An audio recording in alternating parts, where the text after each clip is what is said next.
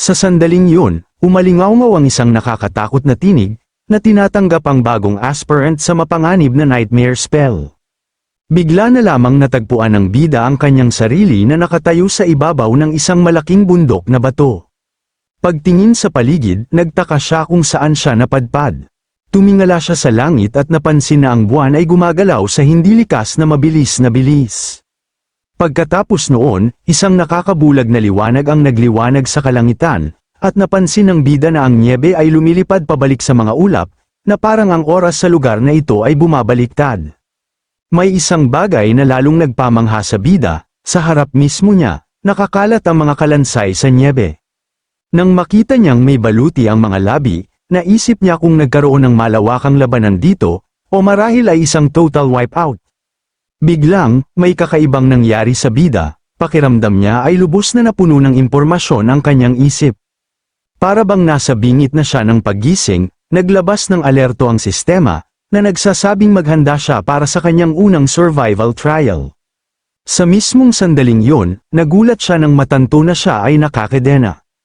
Pagtingin sa kanyang sariling katawan, napagtanto niya na siya ay mukhang isang alipin na bihag, at sa paligid niya ay may ilang tao sa eksaktong parehong kalagayan, na sinasamahan ng mga armadong sundalo. Naalala ng bida na ang mga aspirant ay karaniwang nagsisimula sa malalaking bentaha, kadalasan bilang mga piling mandirigma o miyembro ng marangal na pamilya, kaya't nagtaka siya kung bakit siya napunta sa pinakamasamang posisyon bilang isang bihag. Napagtanto ng bida kung gaano kasama ang kanyang swerte, at napagpasyahan na ito ang pinakamasamang panimulang senaryo na maaari niyang matanggap. Bigla, lumitaw ang kumikinang na asul na mga titik sa harap ng kanyang mga mata. Napagtanto ni Sunny na hindi pa siya nakakita ng mga rune na katulad nito. Gayunpaman, kahit paano ay nauunawaan niya ang eksaktong kahulugan ng bawat salita. Ipinakita ng interface na ang kanyang pangalan ay Sunless, ang kanyang kasalukuyang ranggo ay aspirant, at wala pa siyang anumang espesyal na memories o echoes. Susunod, nakita niya ang kanyang tatlong pangunahing attributes, Faded, Mark of Divinity, at ang Shadow Child trait. Alam na karaniwang binabalanse ng spell ang matinding kapansanan sa magagandang gantimpala, nagdasal siya para sa isang top-tier aspect. Ngunit siya ay lubos na nawala ng pag-asa nang makita na ang kanyang aspect ay itinalaga bilang temple slave, na inilarawan na halos walang halaga. Nag-init ang kanyang dugo sa galit sa mga sinabi ng detective sa presinto, at napagtanto ni Sunny na siya ay lubos na nailigaw sa pinakamasamang paraan. Ipinaliwanag ng sistema na ang kanyang faded attribute ay patuloy na magdudulot sa kanya ng mga hindi inaasahang pangyayari, kapwa mabuti at masama. Habang binabasa ang interface, natapilok siya sa isang bato at hinayla ang mga kadena na nag-uugnay sa kanya sa mga bihag sa likuran niya. Ang bihag sa likuran niya ay nawalan ng pasensya at nagsimulang sumigaw, na tinanong kung naghahanap ng maagang libingan ang bata. Nagpasya si Sunny na huwag siyang pansinin at pinili na baliwalain ang lalaki upang maiwasan ang mas malaking gulo sa sandaling iyon.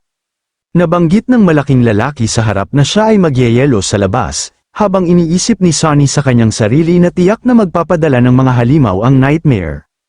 Nagtaka ang malaking lalaki kung ilan sa kanila ang talagang makakalabas sa nagyeyelong bundok na ito, ngunit ang galit na bilanggo ay sumagot na balak niyang mabuhay kahit anong mangyari. Nakatatawa para kay Sunny ang kanilang pag-aaway, habang nabanggit ng ikatlong bihag na ang panahon ay lubos na laban sa kanila at pinayuhan ng lalaking blonde na huwag na lang guluhin ang bata. Nagtanong ang blonde na bilanggo kung bakit, at tinanong siya ng kanyang kasama kung hindi pa niya napansin ang mahiwagang marka sa balat ng bata. Ipinaliwanag niya na, hindi tulad ng iba sa kanila na naging bihag dahil sa krimen o utang, si Sunny ay ipinanganak sa ganitong kalagayan at siya ay isang temple slave. Ipinakita ng sistema ang kabuuang paglalarawan ng banal na marka ni Sunny. Hindi gaanong pinansin ng bilanggo at tinanong kung anong pagkakaiba ang maidudulot nito sa kanilang kasalukuyang sitwasyon. Ipinaliwanag ng matandang bihag na kamakailan lamang ay winasak ng imperyo ang huling templo ng Shadow God, at hinihinalang yun mismo ang dahilan kung paano nahuli ang binata. Binalaan niya ang kanyang kasama, na tinanong kung gusto niya talagang ipagsapalaran ang magalit sa isang Diyos. Lumapit ang isang sundalong nakakabayo at nagtanong kung may problema, ngunit isa sa mga bilanggo ang nagpaliwanag na nagsasabi lamang silang nagyeyelo. Dagdag pa ng bihag na nag-aalala lamang siya na baka masyadong mahirap ang paglalakbay para sa bata. Nakapagtataka, mahinahong sinabi ng gwardya sa bata na magtiis pa ng kaunti dahil magtatayo sila ng kampo sa sandaling lumubog ang araw.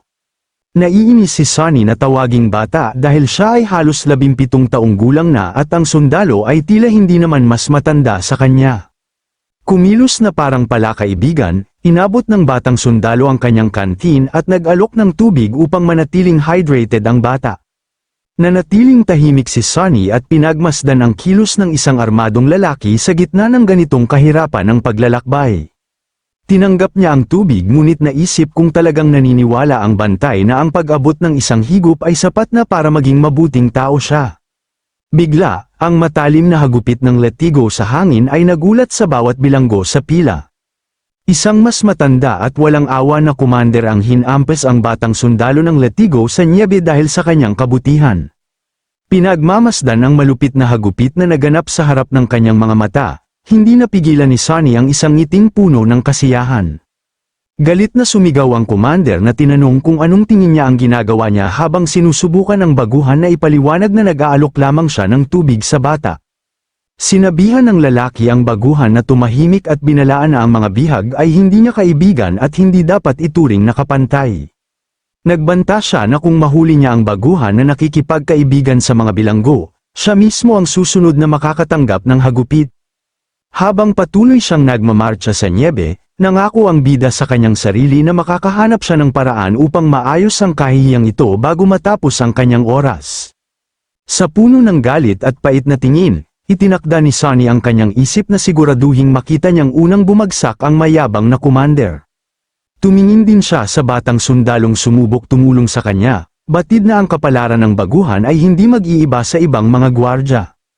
Sa malamig na galit sa kanyang mga mata, naisip ng bata na ang baguhan ay tiyak na susunod na magbabayad para sa lahat ng ito. Lumipas ang oras at ang araw ay nagsimulang lumubog sa likod ng malalaking bundok na natatakpan ng niebe, na nagmarka ng katapusan ng isa pang nakakapagod na araw. Hinayla ng commander ang renda ng kanyang kabayo at sumigaw ng utos na itigil ang marcha, na nagsasabing magtatayo ang unit ng kampo doon para sa gabi. Ang nagyayelong gabi ay bumabalot sa mga bundok at ang kampo ay itinayo malapit sa malalaking bato, na may mga siga upang panatilihing mainit ang lahat. Habang nagkukumpulan ng mga sundalo sa paligid ng apoy at nagkukwentuhan, ang mga bihag ay binigyan ng kaunting pagkain upang mabawi ang kanilang lakas.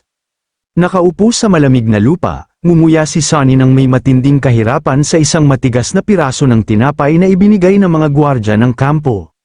Malapit sa kanya, ang ibang mga bihag ay tahimik ding kumakain habang nagrereklamo tungkol sa kalupitan ng mga sundalo ng imperyo. Nagbuhos ng sama ng loob ang blonde na bilanggo na mas masarap ang pagkain sa piitan, kahit na alam niyang karamihan sa kanila ay nakatakdang bitihin doon.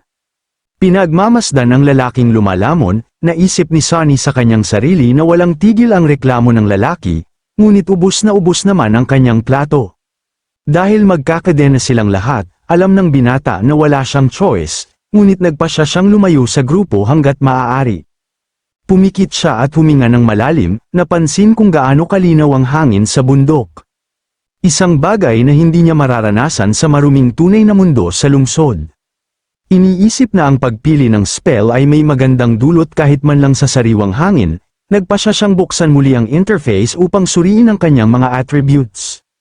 Pinatakbo ng bata ang kumikinang na interface, pakiramdam niya ay hindi niya nasuri ng maayos ang mga detalye kanina dahil sa kaguluhan. Tumutok siya sa Shadow Child attribute, na nagpapakita ng maikling linya na nagsasabing kinikilala na siya ng mga anino bilang isa sa kanila. Nakitang lubhang kawili-wili ni Sunny ang detalyeng yun at sinubukang alamin kung ano ang ibig sabihin nito sa praktikal na paraan. Mausisa tungkol sa mga pakinabang ng pagkilala ng mga anino, lumingon ang bata upang obserbahan ang madilim na paligid ng kampo. Labis sa kanyang pagkamangha, ang buong madilim na kampo at ang pinong mga detalye ng gabi ay nagsimulang magliwanag ng mahika sa kanyang paningin. Sa kumikinang na mga mata, lubos niyang napagtanto na nakikita niya ang lahat ng may malinaw na kaliwanagan, kahit sa ganap na kadiliman. Sa malapit, isang bihag ang pumalo sa kamay ng blonde na lalaki upang pigilan siyang pumitas ng pulang berry mula sa niebe, at binalaan na delikadong kainin ito. Ipinaliwanag niya na ang berry ay tumutubo lamang kung saan may anak na dugo ng tao, tulad ng mga larangan ng digmaan, ngunit ang gutom na blonde na lalaki ay walang pakialam.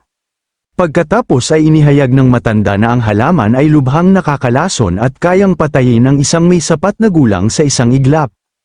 Nang marinig yun, itinapon ng blonde ang prutas sa sobrang takot at sinabing dapat ay sinabi yun ng kanyang kasama ng mas maaga. Gayunpaman, ang detalye tungkol sa kung saan tumutubo ang halamang yun ay nagdulot ng malaking babala sa isipan ni Sunny tungkol sa landas na kanilang tinatahak. Sinimulan niyang maingat na suriin ang buong tanawin ng bundok sa paligid niya, nakaramdam ng hindi mapalagay na pakiramdam na ang lugar na ito ay mukhang nakakatakot na pamilyar. Bigla, ang mga piraso ay nagsimulang magkabuo sa isipan ni Sunny habang mabilis niyang iniugnay ang mga katotohanan. Agad niyang naalala ang hindi mabilang na mga labi na may baluti na nakita niya noong bumaliktad ang oras pagkatapos ng kanyang pagdating. Napansin niya na ang mga labi sa lupa ay nakadina sa eksaktong parehong paraan tulad niya ngayon. Bigla, sumiklab ang takot habang ang nakakatakot na katotohanan sa likod ng lugar na ito ay nabunyag sa kanya. Isang nakabibinging dagandong ng isang ambush ang Samira sa katahimikan ng gabi. Hindi inaasahan ng bida. Lumaki ang kanyang mga mata habang napagtanto niyang ang lahat ng naroroon ay malapit ng matugunan ang marahas na wakas. Ang unang katawan ng isang nakadina na bihag ay bumagsak sa lupa, lubusang pinunit at nababalot ng pulang-pula. Napaatras ang bida sa gulat habang nasaksihan ang brutal na pagbagsak na naganap mismo sa tabi niya sa isang kisap mata. Pagkatapos, may napansin siyang gumagalaw. Sinubukan ng isa sa mga armadong gwardya na lumaban, ngunit marahas siyang inihagis sa lupa ng nilalang.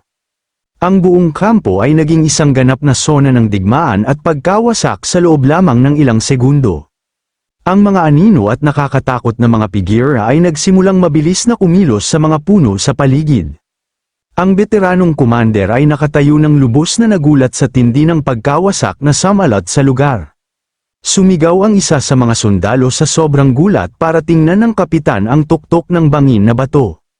Sa itaas, isang napakalaking silweta ang nagmamasid sa kampo habang ang mga bihag ay sumisigaw ng tulong. Inilabas ng kapitan ang kanyang kumikinang na espada at sumigaw sa lahat ng sundalo na tumayo at maghanda para sa labanan. Maraming nilalang ang nagsimulang bumaba sa bangin na nababalot ng nakakatakot na ambon. Ang kumikinang na mga mata ng mga halimaw ay dumami sa madilim na gabi, na lubusang pumilibot sa kampo. Nanginginig ang pinuno ng unit sa halo ng galit at takot, inamin na wala siyang kaalam-alam na may mga halimaw na gumagala sa mga bahaging ito. Ngunit sa isang kisap mata, ang isa sa mga pinakamalapit na nilalang ay tuluyang naglaho sa dilim. Nagpanik ang kapitan nang matentong ang halimaw ay bigla na lamang nawala sa harap ng kanyang mga mata. Inutusan niya ang lahat na mag-ingat habang sinusubukan ng isa sa kanyang mga tauhan na sumigaw ng babala tungkol sa isang bagay sa kanilang likuran. Bago matapos ang kanyang pangungusap, isang mabilis at nakamamatay na atake ang humagupit sa hangin ng may napakalakas na puwersa. Matinding pumulandet ang dugo, na nagpula-pula sa nagyayelong bundok bunga ng biglaang ambush. Isang mapanlinlang na halimaw ang lumabas mula sa mga anino ng diretso sa harap ng mga bihag, na nanginginig sa sobrang takot. Sumigaw ang isa sa mga lalaki na tinatanong kung ano yon, habang ang isa naman ay nagrereklamo na masyadong madilim para makakita ng kahit ano. Ipinakita ng halimaw ang kanyang napakalaking bibig na puno ng matatalim na pangil, handang lamunin ang kanyang unang target. Sa isang kisap mata, sumugod ang nilalang at malupit na kinagat ang isa sa mga bilanggo. Pinanood ni Sunny ang eksena ng may lubos na sindak, naitentong ang sitwasyon ay masyadong marahas at nakakatakot upang ay proseso. Lubos na nawala ng komposisyon ang malaking bilanggo nang makita ang malupit na wakas ng kanyang kasama sa tabi niya. Kinaladkad ng halimaw ang nahulog na katawan palayo habang ang natitirang mga nakaligtas ay sumisigaw ng walang tigil para sa tulong. Ibinalik ng halimaw ang kanyang tingin sa grupo, ang kanyang mga panga ay tumutulo ng dugo at ang kanyang mga mata ay nag-aapoy sa galit. Itinaas ng halimaw ang kanyang matalas na kuko at muling humataw patungo sa mga takot na bihag. Tama ang pagtama ng atake sa malaking lalaki sa tabi niya, ngunit nagawa ni Sunny na mabilis na umiwas sa paparating na atake. Hingal at takot, natanto ng binata na muntik na siyang tamaan ng nakamamatay na suntok. Inihagis ng halimaw ang nahulog na bilanggo sa lupa at naghanda upang wasakin ang natitira sa grupo. Sa sobrang pagkasindak, nagsimulang magsipangalat ang mga nakaligtas na bihag upang makatakas sa halimaw. Ngunit dahil nakakadena siya sa mabigat na katawan ng nahulog na lalaki, marahas na nadrag si Sonny sa lupa. Nagpupumilit siyang itulak ang mabigat na katawan upang makalaya at makatakbo. Napasigaw ang bata sa sobrang pagkabigo at takot, nakikitang nakapako pa rin siya sa pinakapanganib na bahagi. Sa wakas, sa isang huling pagsisikap, nagawa niyang igulong ang mabigat na katawan sa gilid. Tumingin siya sa hindi gumagalaw na bilanggo, nagtatakang tanong kung ang lalaki ay tunay ng nasawi. Narinig ni Sonny ang mga hiyaw ng takot at naisip na kahit gaano man kasama ang sitwasyon, maaari pang lumala para sa kanya. Napansin ng bata na pinili ng halimaw na habulin ang ibang mga tumatakas na bihag, at tinawag niyang mga hanggal ang bawat isa sa kanila.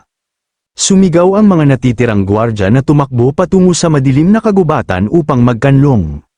Pinanood ni Sonny ang eksena at naisip na sila mismo ang pumipirma sa kanilang sentensya dahil kung walang apoy, lahat sila ay magyeyelo doon. Binalaan ng bata ang blonde na ang pagtakbo sa ganap na kadiliman ay lubos na kahangalan, ngunit sumagot ang lalaki na mas gugustuhin niyang magyelo kaysa maging pagkain ng halimaw. Dahil sa desperasyon, sinimulan ng blonde na marahas na hilahin ang mga kadena, inuutusan si Sonny na sumunod sa kanya upang magtago. Ngunit may biglang pumihil sa blonde, at ang humawak sa kanya ay walang iba kundi ang ating bida.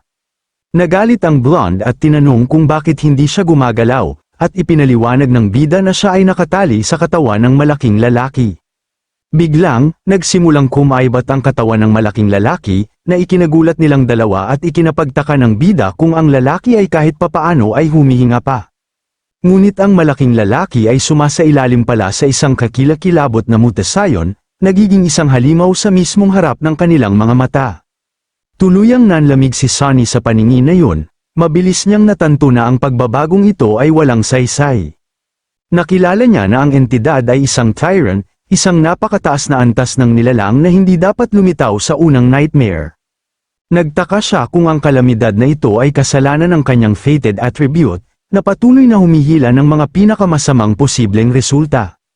Kumislap muli ang interface ng sistema na nagpapakita ng paglalarawan ng fated trait ni Sonny, na nagpapakita kung paano nito hinihila ang matinding malas patungo sa kanya.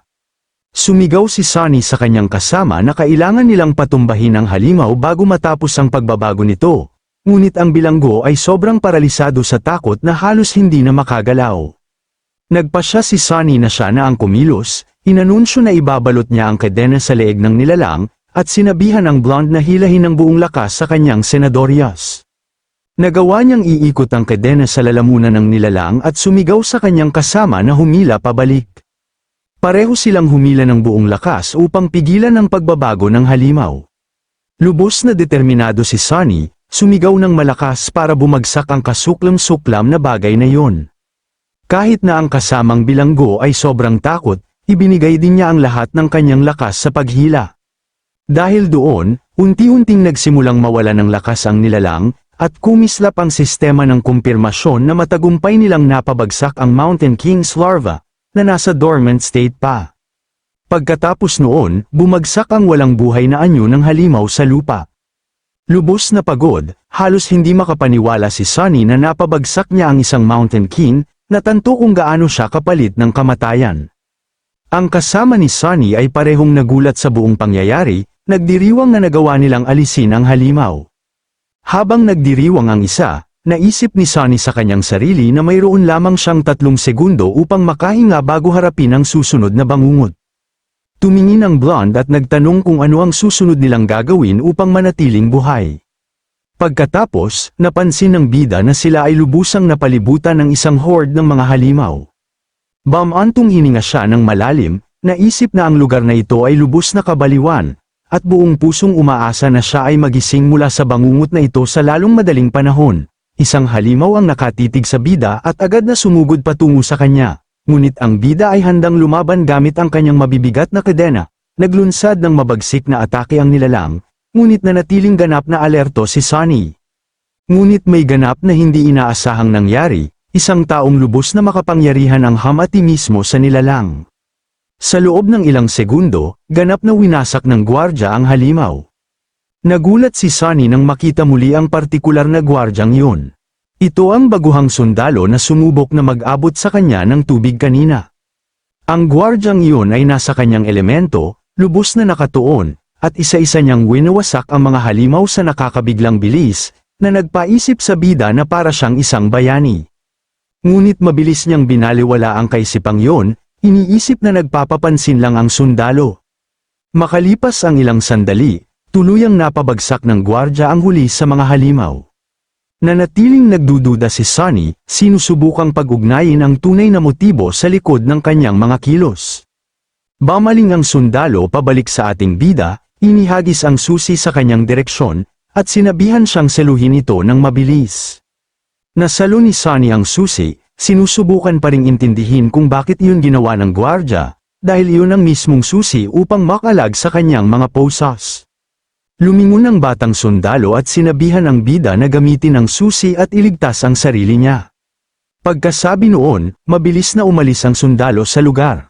Kahit na nasa kamay na niya ang susi, naalala ni Sunny na sa slums, ang mga taong mabait ng walang maliwanag na dahilan ay palaging pinakamapanganib sa lahat. Ngunit walang oras para mag-isip pa, kumilos siya ng mabilis at sinimulang gamitin ang susi upang buksan ang kanyang mga posas. Makalipas ang ilang sandali, lubos na siyang nakalaya sa lahat ng kadena. Pagkatapos ay naisip ni Sunny sa kanyang sarili na ang mga nagpasa ilalim sa kanila sa kahihiyang ito ay magbabayad ng malaki, at nanumpa na tiyak na darating ang paghihiganti. Nang makita ng kalapit na bilanggo na malaya na ang bata, tinawag niya ang bida. Iniabot niya ang kanyang kamay, nakikiusap kay Sunny na buksan din ang kanyang mga posas, kahit na nakakainis ang lalaki para sa bida. Naisip ni Sunny na ang pagpapalaya sa kanya ay hindi naman makakasama sa kanya sa ngayon. Ang matandang bilanggo ay mahinahon ding lumapit at nagtanong kung maaari din siyang palayain ng bata. Napagpasyahan ni Sunny na magandang magkaroon ng dagdag na kamay, dahil may lakas sa bilang sa panahon ng matinding krisis. Nagsimulang lumapit ang matandang bihag sa kanya, at makalipas ang ilang sandali, lahat sila ay nakalaya, na nag-udyok sa isa sa kanila na magdiwang, sa paniniwalang ang langit ay sa wakas ay ngumingiti na sa kanila. Ngunit ang blonde ay nagtanong kung bakit sila nakatayo lamang habang ang mga gwardya ay abala sa pagharap sa mga halimaw, na nagsasabing ito ang kanilang pangunahing pagkakataon upang makatakas. Ngunit ang matandang lalaki ay nagtanong kung saan sila pupunta, dahil kung walang apoy, sila ay magyayelo lamang doon. Sumigaw ang blonde ng balisa na tumatanggi siyang maging halimaw, at nagbanta na babasagin ang bungo ng kanyang kasama kung susubukan itong mag-alok muli ng payo. Upang tapusin ang pag-aaway, humakbang si Sunny at malamig na sinabihan silang pumunta sa lugar ng labanan upang makita ang sitwasyon. Tinawag siya ng iba na baliw dahil gusto niyang lumapit sa halimaw, ngunit alam ni Sunny na ang halimaw ay hindi titigil sa pangangaso hanggang sa maubos ang lahat. Naisip niya na wala na siyang mawawala dahil halos patay na rin naman siya at hindi na maaaring lumala pa ang sitwasyon. Sa pag-iisip na yun, nagpasya siyang ihinto ang pag-aalala sa kahihinatnan at magpatuloy na lamang. Bumalik sa kampo, ang halimaw ay lumalamon sa lahat ng nasa kanyang landas. Nagtanong ang takot na bilanggo kung ano ang kanilang plano ngayong nakita na nila ang malupit na katotohanan ng labanan ng malapitan. Nakayuko sa likod ng malaking bato, bumulong ang blonde na nawala na sa sarili si Sunny para manatiling kalmado, ngunit sinabihan siya ng matanda na tumahimik. Hindi pinansin ang dalawa, pinagmasdan ni Sunny ang halimaw ng may matalas na mata, malalim ang pag-iisip habang sinusubukang makahanap ng paraan upang mapabagsak ito. Bigla, ang batang baguhang sundalo ay sumigaw ng sigaw ng labanan upang makuha ang atensyon ng halimaw at walang takot na sumugod upang harapin ito. Napagtanto ni Sunny na ito ang eksaktong pagkakataon na kailangan niya habang tahimik na sumusuporta ang isang bilanggo sa batang sundalo na magtagumpay. Ngunit ang halimaw ay tila hindi man lang naapektuhan. Nakapaghatid ng atake ang sundalo at tinawag ang nilalang na kasuklam-suklam na abomination. Ngunit nabigo ang kanyang espada na tumagos sa makapal na balat ng halimaw. Dahil sa pagkabigo na masira ang depensa ng halimaw, nagsimulang umatras ang sundalo. Gayunpaman, hindi magiging ganoon kadali para sa kanya. Marahas na kumawag ang nilalang na direktang nakatutok sa ulo ng sundalo, ngunit nakailag ito sa tamang panahon. Habang nagaganap ang matinding paglalaban na iyon, nanatiling nakayuko ang mga bihag sa likod ng malaking bato, pinagmamasdan ang lahat. Komento ng Blonde na ang baguhang sundalo ay hindi na magtatagal sa laban na ito. Tahimik na pumayag si Sunny at sinimulang suriin ang paligid para sa anumang bagay na maaari niyang gawing sandata, nagpaplano ng estratehiya sa kanyang isipan. Iyon ang sandaling napansin niya ang isang malaking kargador na kariton na nakatayo malapit. Napagpasyahan niya na dahil wala siyang sapat na lakas upang pabagsakin ang halimaw ng mag-isa, hahayaan niyang gawin ng gravity ng bundok ang mabigat na trabaho para sa kanya. Walang pag-aalinlangan, mabilis na tumakbo si Sunny patungo sa kariton at sumigaw sa ibang mga bihag na sumunod kung gusto nilang makaligtas. Nag-atubili ang Blonde, nagtanong kung susundin talaga nila ang baliw na batang iyon muli, ngunit naisip ng kanyang kasama na ito ay maaaring isang swerte. Sinabi ng matandang bilanggo na magtiwala na lamang sa bata sa huling pagkakataon, at ang naiinis na Blonde ay sumuko na.